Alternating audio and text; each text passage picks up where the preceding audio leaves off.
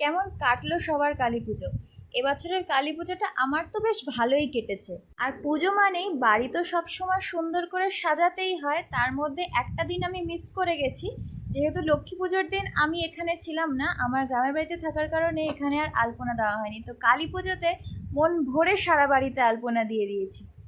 হ্যাঁ জানি, কালী পুজোর দিন রঙ্গোলিটা বেশি দেওয়া হয়, তবে আলপনাও দেওয়া হয়, তাই আমি আমার বাড়িতে আলপনাটাই দিয়েছি।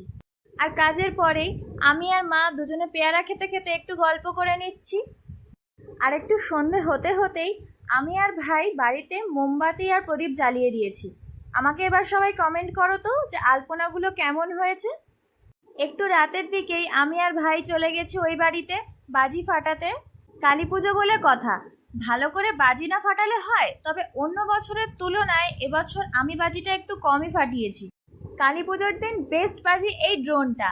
যাই হোক, আমি গেলাম, তোমরা ভিডিওটা দেখো আর লাইক সাবস্ক্রাইব অবশ্যই করে দিও। বাই।